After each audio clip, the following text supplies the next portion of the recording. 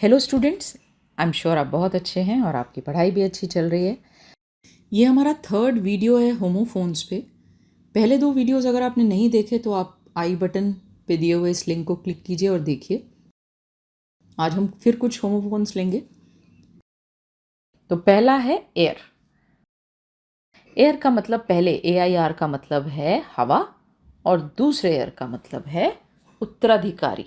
उत्तराधिकारी वह व्यक्ति होता है जो लीगल, जिसके पास लीगल राइट होता है पैसे को, प्रॉपर्टी को या टाइटल को इनहेरिट करने का। तो जब हम कहते हैं द एयर इज़ पॉल्यूटेड, माने ये AIR है, इसका मतलब है हवा। ये एक नाउन है, हवा पॉल्यूटेड है वो तो है ही। और the king will soon decide his air, king जल्दी ही अपना उत्तराधिकारी डिसाइड करेंगे। नेक्स्ट है ऑल, ALL और AWL। ALL का मतलब है सभी। ALL एक एडवर्ब है। I will complete all the task on time, में सभी की सभी टास्क, सारे टास्क, सभी टास्क टाइम पे कंप्लीट करूंगा, ऑन टाइम, टाइम पे। और AWL एक ऐसा पॉइंटेड सा टूल होता है, हम सबके घरों में नहीं भी होता तो हम सब ने देखा तो है ही, जिससे छोटे छोटे होल्स बनाए जाते हैं, कभी कभी वुड पे या लेदर पे। आप अपनी स्क्रीन पे इसका फोटो देख सकते हैं। इसे AWL कहते हैं, ये एक नाउन है। नेक्स्ट है alter.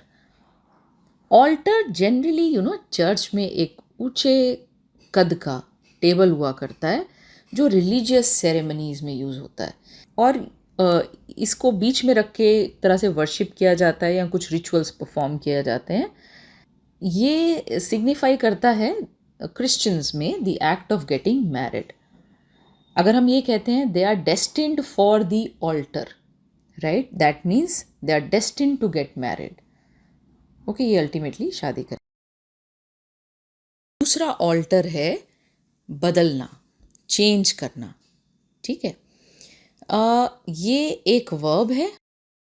You must alter your lifestyle, you must alter your way of talking to live a better life. You might have to alter your plans, यानी कि आपको अपने प्लान्स बदलने पड़ सकते हैं। नेक्स्ट है आर्क, ARC, बड़े सिमिलर से स्पेलिंग्स हैं, इसीलिए गलती भी देखती हूँ मैं बहुत। पहला आर्क है, सर्कल के एक हिस्से को आर्क कहते हैं, उस शेप को आर्क कहते हैं। आप अपनी स्क्रीन पे देख सकते हैं।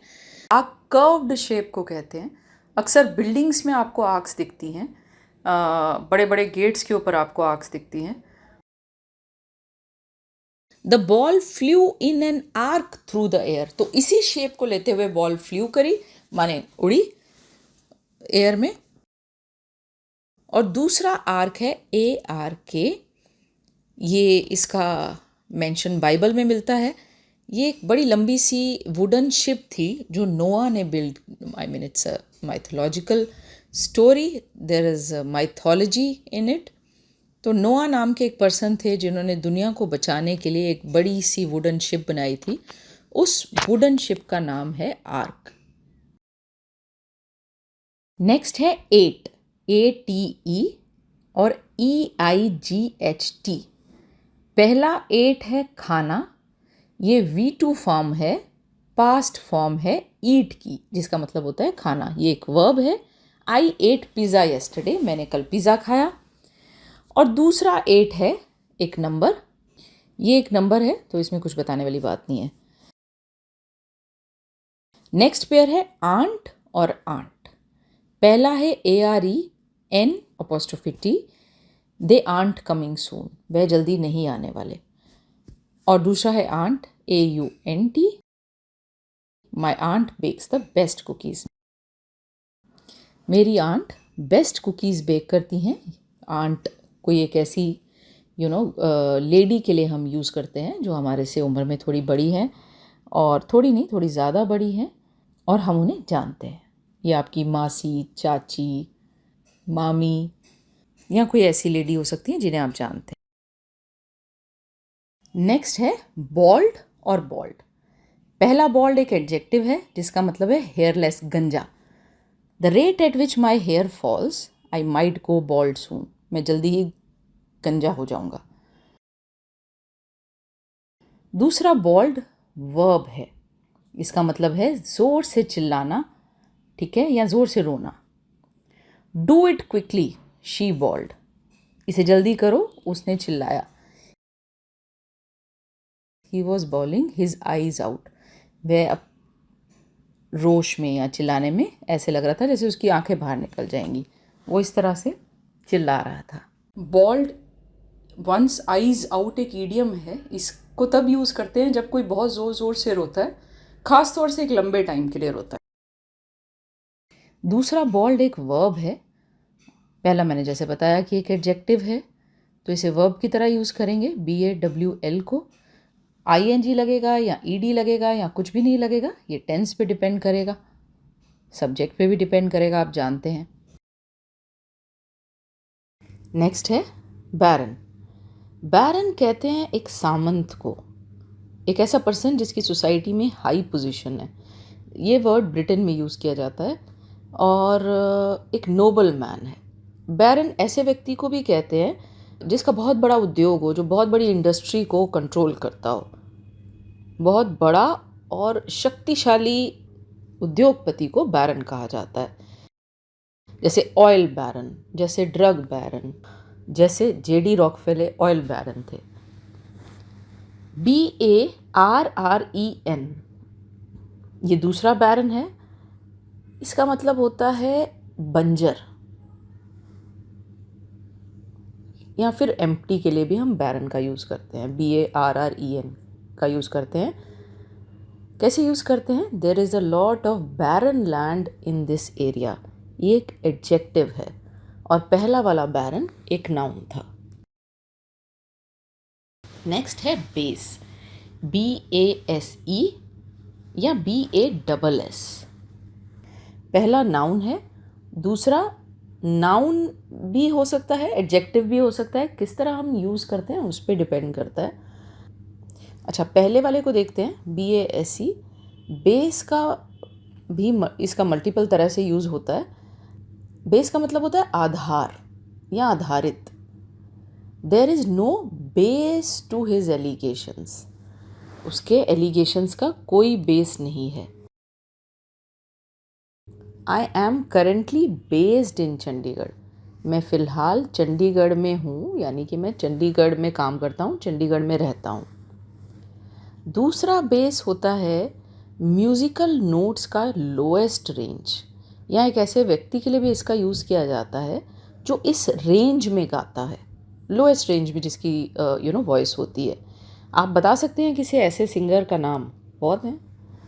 He is the leading base in my country, वह मेरी कंट्री का एक लीडिंग, सबसे अग्रणी बेस सिंगर है। इट्स अ बेस ड्रम, यह एक बेस ड्रम है। यहाँ ड्रम को बता रहा है बेस कि किस तरह का ड्रम है, तो यहाँ एडजेक्टिव की तरह यूज़ हुआ है, पहले सेंटेंस में नाउन की तरह यूज़ हुआ है। नेक्स्ट है बीन, BEAN या BEEN। BEAN खाने वाले सीड्स के लिए यूज़ होता है, soya bean, coffee bean. I wish to eat bread and beans for dinner, तो ये खाने की चीज़ है, दानों दानों वाले खाने वाले सीड्स को बीन कहते हैं। BEEN का मतलब होता है एग्जिस्ट करना, ये V3 फॉर्म है बी की। Okay,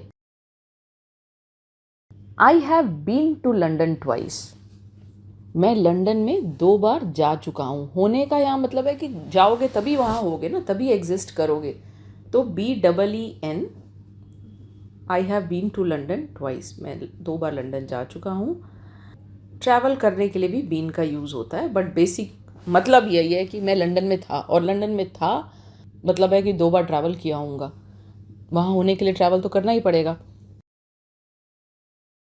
I have not been sleeping well, मैं ठीक से नहीं सो रहा हूँ। पहले केस में BEEN मेन वर्ब की तरह यूज़ हुआ है, और दूसरे केस में BEEN हेल्पिंग वर्ब की तरह यूज़ हुआ है, स्लीपिंग मेन वर्ब है इसमें, ठीक है। ये प्रेजेंट परफेक्ट कंटिन्यूअस टेंस हो गया सेकंड केस में। और जैसा मैंने बताया कि बीन BEEN V3 फॉर्म है बी का।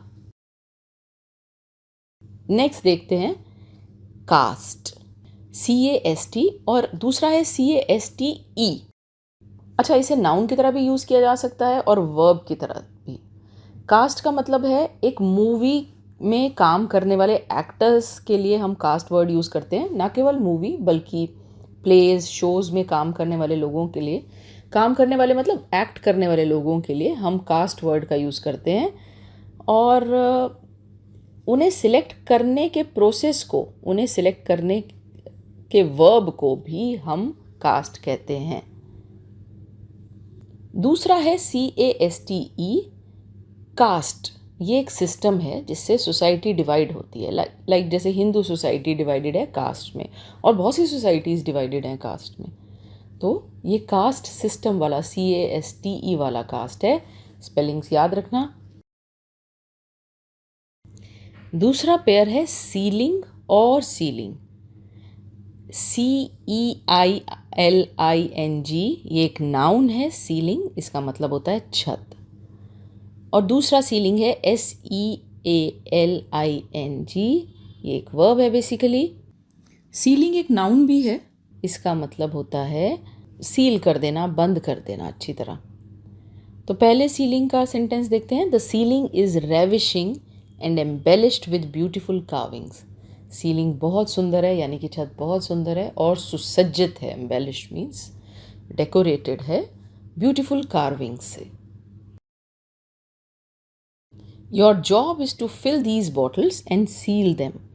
आपकी जॉब है कि आप इन बॉटल्स को भरें और उन्हें सील कर दें। सील करने के बाद चीज़ खुलती नहीं है, ठीक है, वो टाइटली किसी टेप वगैरह से बंद कर दी जाती है।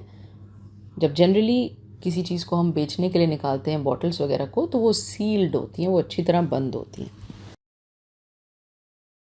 नेक्स्ट है सेल, CELL और SELL। CELL एक यूनिट ऑफ लाइफ है, this is the smallest unit of life. जानवरों में होते हैं, इंसानों में होते हैं और पौधों में भी होते हैं। सेल एक इलेक्ट्रिक डिवाइस को भी बोलते हैं। सेल का हम यूज़ करते हैं अपने इलेक्ट्रॉनिक डिवाइसेस में। और सेल का एक और तरह से यूज़ होता है जिसका मतलब होता है किसी चीज़ का छोटा पार्ट, ठीक है। और एक छोटे से रूम को भी सेल कहा जाता है, ख़ास तौर पे एक प्रिजन में एक छोटे कमरे को सेल कहते हैं। प्रिजन्स में तो छोटे छोटे कमरे ही होते हैं जनरली। या फिर cell of a honeycomb, तो ये छोटे छोटे कंपार्टमेंट्स को, रूम्स को भी सेल का नाम दे दिया जाता है। हनी कॉम्ब, मधुमक्खी के छत्ते में भी आपने देखा होगा, एक मेरा ख्याल है हेक्सागोनल शेप में वो डिवाइडेड होता है, छोटे छोटे कंपार्टमेंट्स होते हैं, उन्हें भी सेल कहा जाता है। दूसरा सेल है SELL, माने बेचना। एक तरह से और यूज़ किया जाता है जिसका मतलब होता है परसुएड करना, ये वर्ब की तरह यूज़ होता है। It is not easy to sell a new idea in India. एक नए आइडिया को इंडिया में सेल करना कोई आसान नहीं है। You should sell your products in Dubai. आपको अपने प्रोडक्ट्स दुबई में बेचने चाहिए, ठीक है। पहले केस में सेल एन आइडिया यानी लोगों को कन्विंस करना कुछ खरीदने के लिए, परसुएड करना कुछ खरीदने के लिए बहुत मुश्किल है। और you should sell your products, आपको अपने प्रोडक्ट्स दुबई में बेचने चाहिए। आई एम श्योर आज आपने कुछ बहुत इंपॉर्टेंट सीखा है। यहाँ मैं आपको याद दिला दूँ कि हमारे चैनल पे आपको अपनी लैंग्वेज और कम्युनिकेशन स्ट्रेंथन करने के लिए और बहुत से वीडियोस मिल जाते हैं। हमारा कंटेंट हिंदी और इंग्लिश दोनों में है। आपको ग्रामर पे, वोकैबलरी पे कंटेंट मिलेगा। आपको आइल्स पे बहुत यूज़फुल वीडियोस मिलेंगे जो आपकी अच्छी खासी मदद कर सकते हैं। आपको आइल्स के एग्ज़ाम की तैयारी में आपकी बहुत अच्छे से मदद कर सकते हैं। इसके अलावा हमारे चैनल पे कुछ वीडियोस हैं, ये इंग्लिश वीडियोस हैं जो आपको सिखाते हैं कि कैसे आप अपने राइटिंग और स्पीकिंग स्किल्स को पॉलिश कर सकते हैं। इसके अलावा हमारे चैनल पे पर्सनालिटी डेवलपमेंट थ्रू कम्युनिकेशन, किस तरह से आप अपने कम्युनिकेशन को ऑप्टिमाइज़ कर सकते हैं, ताकि आपकी प्रोफेशनल और पर्सनल लाइफ्स बेटर हो सकें। अगर आपको लगता है कि हमारा चैनल आपके लिए और औरों के लिए यूज़फुल है और आगे भी प्रूव हो सकता है, तो प्लीज़ हमें इनकरेज करने के लिए हमारे चैनल को सब्सक्राइब कीजिए, इस वीडियो को लाइक कीजिए। कुछ नए तरह के वीडियोस चाहते हैं तो आप हमें बताइए। हमारे कंटेंट को अगर आप शेयर करेंगे तो हमारे लिए बहुत मदद होगी। Thank you, bye bye, see you soon.